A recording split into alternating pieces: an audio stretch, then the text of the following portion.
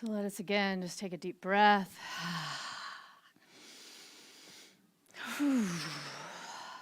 Just feel into the energy that has been created, stirred from within, from the music and the words and the heart of that music. You know, how often do we find ourselves asking that question, living in the question, what was I made for? And especially in times of change, it's something we can come back to moment. What was I made for? By embracing this idea of curiosity and wonder, of listening always to that voice, that's something within us that knows, to see what is stirring in our heart this day, to speak through us, to speak life to us, so that we may live life more fully. So that song comes from the new Barbie movie. Raise your hand if you've seen the movie. Yeah. Now, the rest of y'all, I don't know where you've been, but we got to take a field trip and go see that movie, y'all. So to give you a little context to the song, the song comes a point in the movie where Barbie begins to question, begins to have some darker thoughts, begins to think about death, begins to question just the ease at which she wakes up and everything is always perfect and always good and lives through life. And it's this deep kind of existential crisis that she goes through that at first those around her cannot understand at all, because they are still just living this life and like, Barbie, can't you see everything's perfect? What are you talking about? Like, hey, just stay in your box. And, you know, if we live life according to what is socially acceptable, if we continue to live life based on what is appropriate or the specific, you know, rules and structures or paradigm of our family, of our community, it's like Barbie going through the motions.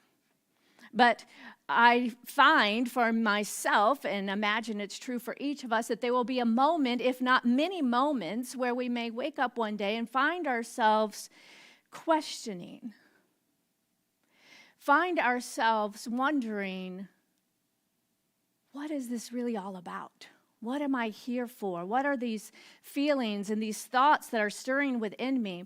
And beginning to explore a more authentic essence, to begin to explore our own vulnerability, and to be able to explore, or begin to explore our interest and our passions, that which is moving within us. You know, and then begins kind of on what some may call the hero or the heroine's journey, that worthy struggle of being willing to break free from what we've been told we are, to break free from the constructs of societal norms and standards, and to start to challenge what it looks like to actually fit in and who we've been told to be in order to be who we really are. Embracing the lifelong journey of curiosity, of discovering our own authentic self, embracing our passions and our interest, and those things that make us feel alive, moment to moment, listening to that thing that we are called to do and be, and then taking the deliberate action to choose to step forward and embody our power, adding our voice and our action to the vision that is calling us forward, which can have a far-reaching impact on our lives. So last week we talked about that divine seed of potential that is planted within each of us in birth, and how it is up to us to nourish that seed and to grow into our fullest expression. And so one way to do this is through our own spiritual practices. So imagine creating time every day to listen to what is calling you, to listen to your own inner being, for what is stirring in your soul, perhaps practicing a self-inquiry meditation and simply living in the question. And then being open, walking through the world with eyes to see the answer revealed in each person, each interaction, each moment of discovery that we get to experience in this thing called life. This is the exploration of the journey of the hero and the heroine's journey of the spiritual walk of awakening, enlightenment, whatever words and terms kind of work for you. But the idea is really more of a embodiment and a fulfillment of who you already are. So what would your life be like? How would your life perhaps be different if you chose to pay attention to and to reflect on your own priorities, your own values, your passion, and then lean in to that for what is right for you, which is something only you can know. Lean into that and discover that flame that lives within you. And we could spend a lot of time in our heads trying to figure out what we're here for, what is our purpose, what is our passion, I don't know. When we're in our mind, it can seem like this blah thing, right? And so I invite you, when you find yourselves feeling that confusion, just to drop down. Breathe, drop down in your body, and to live and walk the question, not think the question, but embody the question. And then let spirit be the ways and means committee. As you commit to focus on what it is that you desire, those qualities, those ways of being in life, as you choose to focus on the love, the kindness, the power that you are, allow God, spirit, life, the universe, whatever word works for you, to take care of the how. That's the part we get to surrender. That's the part we get to give up and turn over to that higher power within us. We don't have to figure it all out. But if there's something calling you in your heart, just simply say yes and continue to move forward and to be open for how it will unfold uniquely in your life. And sometimes, when we're trying to figure it out, we may look to others to see what they have done, and that will get us this far. But there is only one perfect path for you, and it is yours to discover. Others can be a guide along the way, but your way will not unfold exactly as someone else's did. That's why we don't think here that there is some guru or some being that we must follow and these things we must do. We teach and empower each of you to look within and discover that for yourselves. My way won't be your way. I can offer tools, I can offer examples and practices of things that I've done in my life, but I'm still a growing experiment. I know I don't have it all figured out, and what works for me may or may not work for you.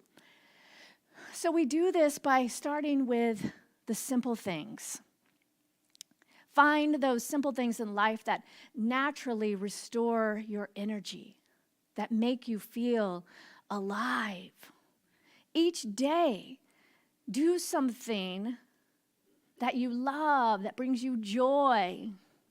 And then getting into that place of alignment with this higher vibration of joy and peace and creativity and freedom that you are, from that place, we can begin to express and experience the world in a greater way. Some call it the flow state, right? And last week, I invited you all to do something that brings you joy, to experience or express a passion just for the love of it, right? And I don't offer anything that I'm also not willing to do. So I did it this week. And I found myself in my garage pulling out some canvases and some paint and getting out my daughter's little easel and painting. I was at this retreat a couple weeks ago, and one of the workshops I did was called Painting with the Divine with Reverend Linda Jackson, a friend of mine from Chicago. And I discovered this joy for painting, which I never knew. And I approached it, I believe I shared this before, but I approached it from as the way I would dance, because I'm very much a dancer and a mover, but I haven't really done much like painting. And so I'm like feeling and listening to music of beautiful chorus, and it just becomes a whole vibe in my garage, y'all. Like I was one point, like, and I hear Heather and Cadence like, "Where are you?" like, ooh, I found my secret hiding place in my house. I can go to the garage and nobody knows where I am. And so I find a stopping point and go say goodnight. And then I just am feeling like all this flow in life. And I go outside to where I've hung up a hammock on my daughter's play structure. And I'm looking up at the night sky, and it's a beautiful, clear night where I can actually see the stars. And like, it was just one of those moments where everything feels more alive. Like the stars seem brighter. The breeze just like swaying in the hammock, just like it's like I'm feeling and sensing everything with more aliveness. By simply giving myself the permission and the space to practice, to experience creativity and freedom and flow without any outcome, without any attachment to the outcome. I'm not like trying to create something that I want to then, hang in an art gallery. I'm just doing it for the love of doing it. And this is one of those ways that we can tap into that inner essence and discover what brings us joy, what brings us more aliveness, and to elevate our energy so that we can walk through the world and experience things, living life to the fullest. Christian Sorensen, in his book, Living from the Mountaintop, says, without you, infinite potential remains just that, potential. It stays unformed possibility. It is you who are needed by life for its potential to take form. How cool is that, y'all? We are like that unformed, we are the ones that get to shape that unformed substance. I always like to think of it as like Play-Doh, right? So there's this like Play-Doh that's just this unformed substance that is this God stuff, essence that we are all made from.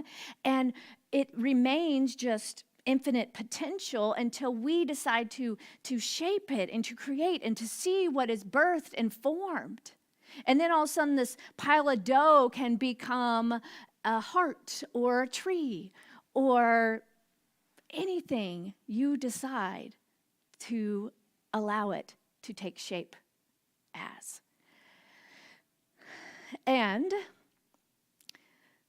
just like Barbie experienced in that moment that was so heartfeltedly sung, I don't know if that's right, through that song by Heather this morning, it's a journey, it's a process because it involves stepping out of what was known and into something new.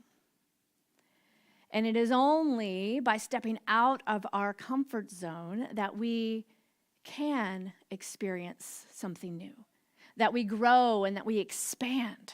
And we can recognize what it is that we are here to do and to be, despite what other people may say or think it should look like. We get to decide, but it takes the willingness to move through the unknown and press up against our own limits and comfort zone. Yielding that power within that is our unique presence and power, that full potential of the universe that is the very essence beating our heart. So we can powerfully claim to step into our own authentic being, moving through whatever ways Spirit is seeking to move through us, despite the kind of societal conditioning to want to fit in or not rock the boat. Because again, when I think of these kind of phrases and sayings that we have, like don't rock the boat, children are to be seen, not heard, or whatever that is. All these things that we're told from a very young age of just kind of like status quo living, like who benefits from that? Certainly not us. Who benefits from that? The status quo, those that are already in power. And we are here to say yes to creating a world that works for everyone. And it takes each of us stepping into our power and shining our unique light to allow that to flourish and to become this beautiful tapestry of life. So as we release our perceived opinions of others, we began to take greater chances and to take those risks and to step into actually living life. And we can shift our perspective even on how we may view ourselves and this idea of mistakes or failure. Right? So perspective gives us a great opportunity to see the perfection in all events in our lives. We often judge the outcome of things or begin to kind of take stock too soon in our lives before the full unfoldment or the full manifestation or demonstration of our life has been revealed. Right? It's like we get to this far and there's a little resistance and we're like, never mind. Maybe that wasn't really my dream. Maybe I didn't really have that passion within me. Maybe that was just a silly thing that I thought yesterday. Never mind. Right? It's like we often get so far and it's at that certain point when the resistance comes in that we begin to doubt. And we talked a good bit about this last week, about how to overcome that doubt and to step into our unique power, to embody the boldness, like I shared last week, of a 9-year-old boy jumping through the rocks of the river in order to experience life to the fullness. So whatever that is for you, embody what it feels like to live in your power and your freedom and your creativity, to fully live life. So if you look at a beautiful tapestry from a distance, you can see the big picture, right? We have some quilts around us that we can explore this idea with very practically. But if you begin to look really up close, say take that beautiful quilt by Karen Riggins that says joy over there. If you look up close, you'll begin to see that really what it is a mess of yarn and fabric that makes no sense when you look up close. It's just all these different mangled colored threads that are like, but if you step back, you can discover the bigger picture and how everything is actually woven together in a perfect pattern. But your tapestry need not be compared to anyone else's, for you alone know the purpose and the reason behind each color and each thread.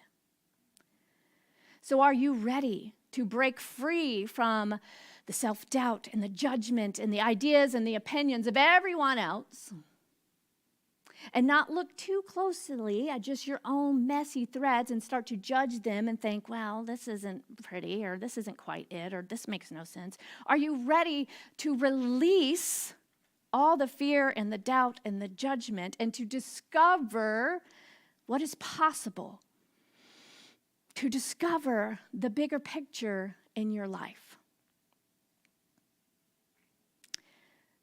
So Jim Carrey, as we know, is a very successful comedian. And he tells a story about when he was a child, he really felt like he got a lot of his humor from his dad. And he thought his dad would have been an amazing comedian. But his dad didn't believe that that was a possibility. You know, being a comedian, that's not something that you do as a responsible family man. That's some silly pipe dream. So his dad made the conservative choice, which made sense for the time. And he chose a job as an accountant to provide for his family. Well, when Jim was 12 years old, his dad got laid off and let go from this safe job. And their family began to struggle, and they all had to pitch in and do whatever they could for a while to simply survive.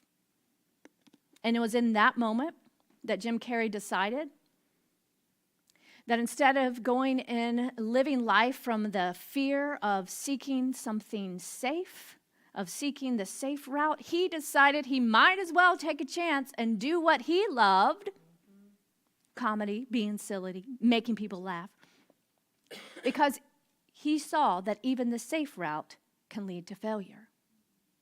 So you might as well enjoy life doing what you love. So if we allow the fear of failure to hold us back,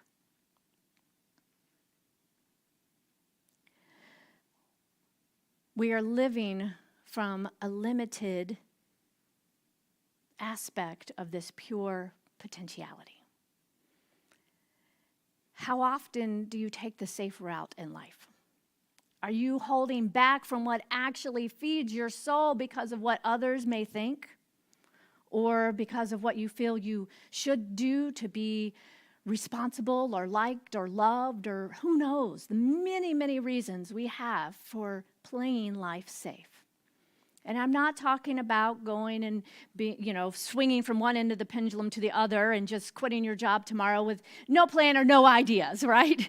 I'm talking about taking the time to nurture your soul, to listen to what is stirring, to paint in your garage just for the fun of it, to raise your energy and your vibration so you begin to see more possibilities, and then live in that energy of magnificent, radiant resonance so that people start showing up and popping up in your life with this opportunity and this idea and then this thing that becomes something that before you know, you're living a whole new life by simply continuing to move forward and to listen to that desire of your heart. Being willing to embrace making mistakes and failing, because that is how we learn and that is how we grow. And, many successful tech companies actually encourage failure and making mistakes. Google, for example, the software company Intuit, they created these things called failure parties where they celebrate your failures, because Scott Cook, the co-founder of Intuit, he says every failure teaches something important that can be the seed for the next great idea. So imagine living your life that way. Instead of beating yourself up for your failures, thinking, that may just be the seed for the next great idea. Or that experience may have walked me through some fire in my life that I now come up even more resilient, even more aware, even more inspired and empowered and energized about something I'm here to do and be, to express love more fully in my life. And through all of this, I encourage you not to take yourself so seriously. When you make a mistake, what would it be like to just laugh? To do something silly, like make a mistake and you may start to feel that shame bubble coming up, and then just do something totally silly, like, blah, blah, blah, and like, look at me, there I go again, being silly. Do something totally wild to just switch your brain and to be able to laugh at yourself. As we know, laughter is not only the best medicine, being able to laugh at ourselves keeps us from the energy of everything is so serious and one step could be the end of the world for us, right? Embrace silliness, playfulness. Because the good news is we are always at choice. So we get to choose. Are we going to live from the fear? Are we going to live from those, old thoughts of unworthiness and doubt, of comparison? Or are we going to choose to break free and to experience the joy and fulfillment of actually living our lives, of saying yes to our heart's desires and to expressing our passion in this world? Even if it means being weird and making mistakes along the way. For those of you who have seen the Barbie movie, and for those of you who will see it soon, I have to say, my favorite character is the weird Barbie. Anyone else? She is the Barbie, the character that they say was played with too hard, so her hair is cut short and she's got paint on her face and one leg's bent crooked and her outfit's all mismatched. And I'm like, that's how I want to live my life. Like I've played too hard, because there is no too hard. And so instead of, trying to be the perfect Barbie like everyone else, what if we embraced being a little weird? Approaching life as a game to be played fully. Because to me, that's what it's all about. So I invite you this week to embrace your weird, your passionate, your quirky self, and allow yourself to do that which feeds your soul, knowing that the deep desire of your heart comes fully installed with all the resources you need to bring it to fruition. You have within you everything you need to activate that divine pattern in whatever way you choose to direct that pure potential energy. But it doesn't mean, don't get it wrong, it doesn't mean that you have to do this alone. You have the resources within you, which are an inner guidance system, which will lead you to the connections and the other people and places and things to be the perfect support, to be the perfect partners to play with, to create with. I think sometimes that's an idea that sometimes can get a little twisted when we, in this kind of new thought teaching, that when we're like, you have everything within you, then we think, okay, I have to pull myself up from the bootstraps and do it all myself. And the world is showing us that that is not a sustainable way of being. And the answer is to listen to who we are guided to connect with, to play with, to be in community with. And from there, we discover that energetic resonance that allows us to connect and our energies to swirl together as this perfect madness of weirdness, of potential, of, frayed yarn to become the beautiful tapestry of life, multiplying the good beyond what we ever could do just within ourselves. And what's even better is that when we say yes to living our passion, this isn't selfish. In fact, it's a win, win, win. Because you win by getting to experience the aliveness of living your passion. The universe wins because it gets to expand its knowingness of itself through you. And others win because as you express your passion, you get to share and be a benefit to others in this world. A win, win, win. So, are you ready to have some fun, to listen, to be silly, and to embrace your wild and passionate self and to let it loose upon the world? If so, say yes. Yes. What was that? Say yes. Yes. All right, so let's get to it. We're going to drop this into prayer to integrate now. Taking a deep breath.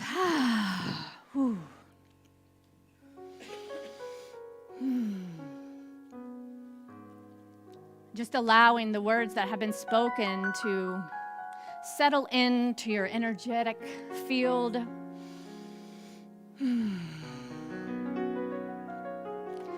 Knowing and recognizing that a shift has occurred.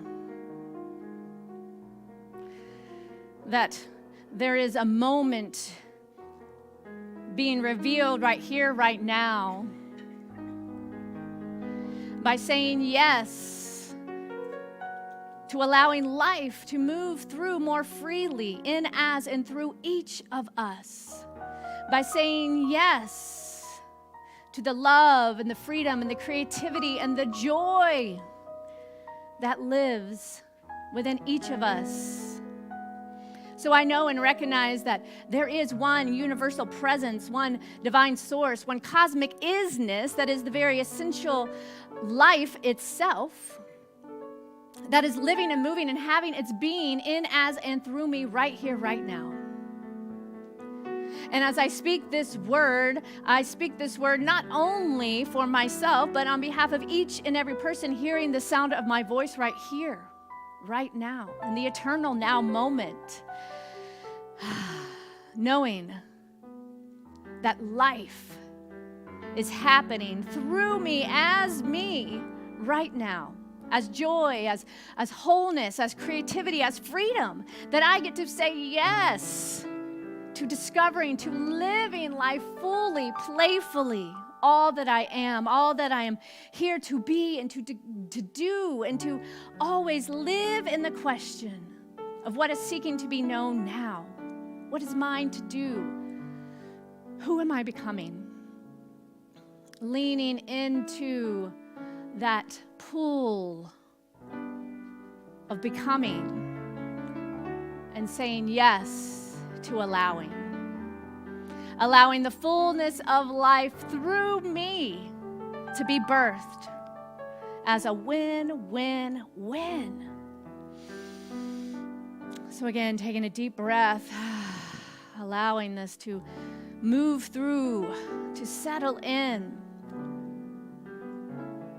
So grateful for the fulfillment of this word. And with a grateful heart, I release this word into the action of the universal law that always says, yes, yes, yes, my beloved, it is done, and it is so. And so together we claim and affirm, and so it is. Yes.